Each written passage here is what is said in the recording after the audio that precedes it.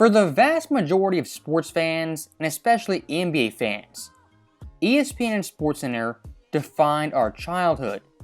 As when you first woke up in the morning, you're watching SportsCenter on ESPN. And late at night, when you're going to bed, again, watching ESPN and that late night SportsCenter. And back in that era, the quote-unquote golden age, you had guys like Dan Patrick, Kenny Mayne, Stuart Scott, Neil Everett. The list goes on and on and on. That era of sports television is still unmatched. And back in that era, ESPN, they're really the only game in town, and you're almost funneled and kind of forced to watch their coverage and their analysts. But now, after the late 2010s, especially early 2020s, ESPN, not so privately, has been a rapid decline. And one of their big time problems, they're losing out to independent people who aren't tied to the corporate sports media. And if you look at their top shows, can you name really one major ESPN star whose opinion you have to hear at least once a week? I can't think of one, honestly. And even Stephen A. Smith, I don't really listen or watch him consistently. The star appeal ESPN once had is sadly all but over. And those guys who made the network what it is, they're either retired, fired, or ESPN's begging to come back in 2023.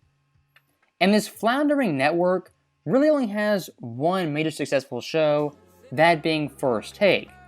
But like I said earlier, how many of you guys watching this video actually watch an entire show of First Take, start to finish, or watch 2-3 segments at a time? It's been almost 5-7 years since I watched 2 segments of First Take back to back. The majority of the times I'm watching First Take, it's actually on mute at somewhere like the gym, the break room, or just somewhere out in public where the audio's muted. And when speaking about ESPN's major on-air talent, when it comes to NBA coverage, it's still pretty strong, or at least it was.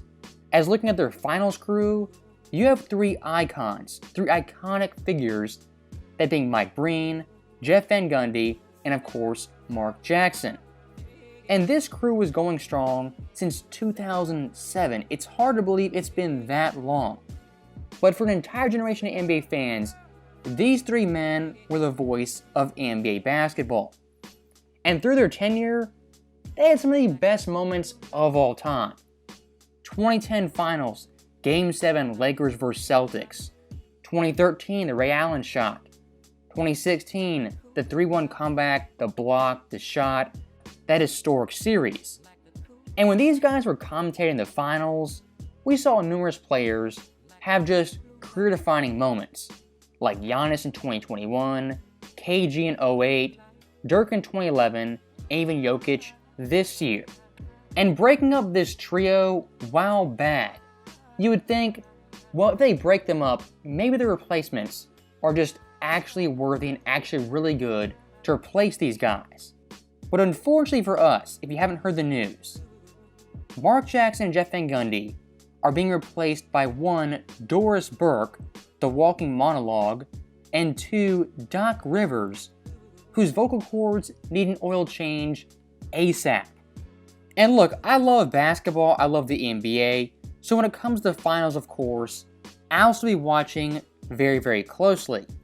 But for 2024, I'm going to be watching just that much more intently.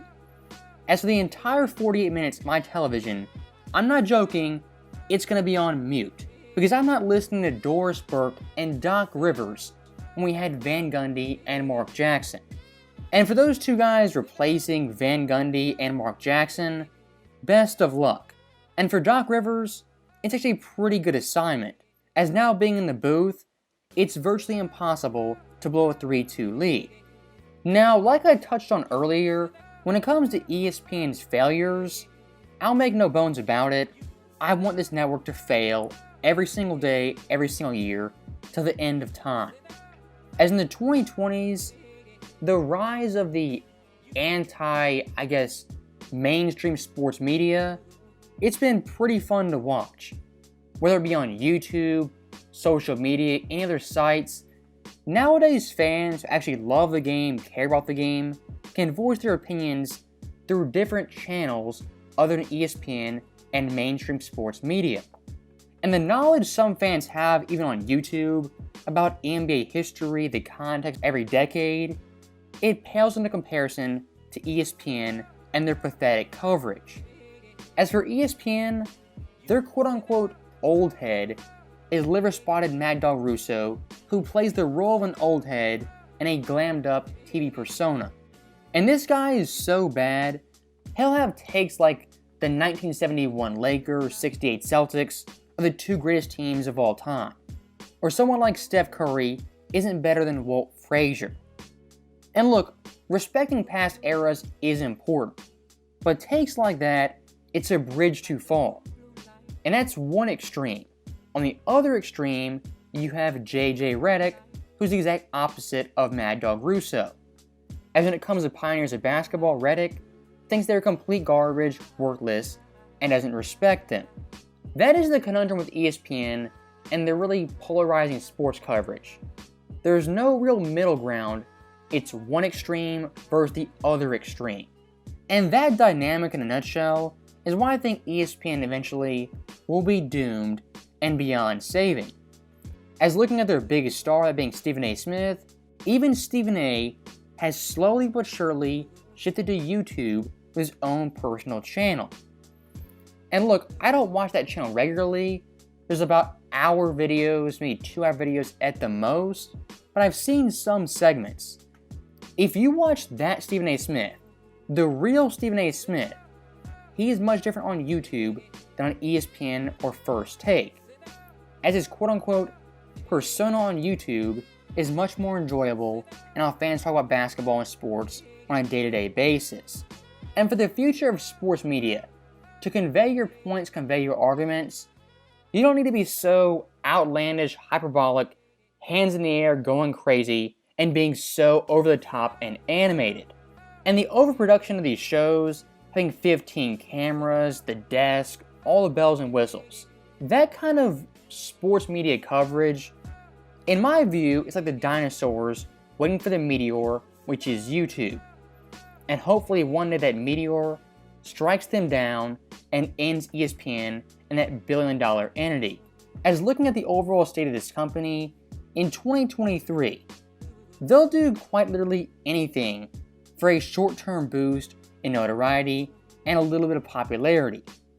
And what they do, they appeal to the tiniest percentage of people who don't even watch sports. As recently it was announced, they're going to have an quote-unquote all-female sports center lineup, which apparently is groundbreaking and shattering all types of barriers. Look, we're talking about sports here. Nobody cares about an all-female lineup. We've seen females on the sidelines, reporting, hosting, even debating on shows, I would say for the past 20-25 years. But unfortunately for ESPN and SportsCenter, pulling these stunts to get a tiny percentage of people on board with them, that's what they do now in 2023. And for actual sports fans who don't care about someone's being a female, a male, or whatever, they just want to hear sports and talk basketball, talk football, whatever you want to talk about. And when it comes down to it, male or female, you either have good takes or you don't. You either know basketball or you don't.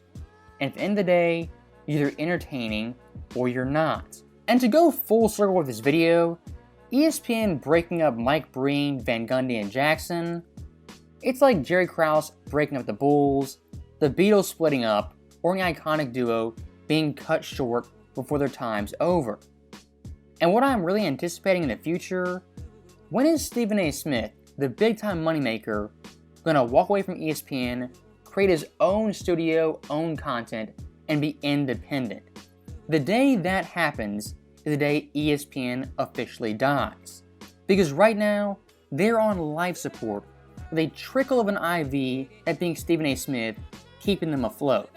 When that guy leaves, mark my words, ESPN will officially be dead. So that right there is the end of the video.